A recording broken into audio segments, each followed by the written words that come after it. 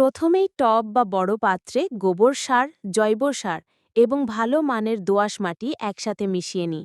এতে চারা দ্রুত বৃদ্ধি পাবে। এরপর বেছে নিই 10 থেকে 20 ইঞ্চি লম্বা একটি সুস্থ আম গাছের ডাল। ডালটি যেন রোগমুক্ত ও সতেজ হয়। ডালের নিচের 2 থেকে 3 ইঞ্চি অংশের পাতাগুলো সরিয়ে নিই এবং নিচের অংশটি ছুরি দিয়ে হালকা কেটে নিই, যাতে শিকড় বের হতে সুবিধা হয়। এখন ডালের কাটা অংশে প্রাকৃতিক হরমোন হিসাবে অ্যালোভেরার কষ মাখিয়ে নিই।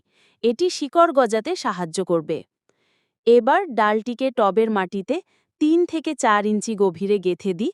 মাটি ভালোভাবে চেপে দিয়ে যাতে ডালটি স্থির থাকে। চারা তৈরি হওয়ার জন্য টবটিকে অর্ধ ছায়াযুক্ত জায়গায় রাখতে হবে।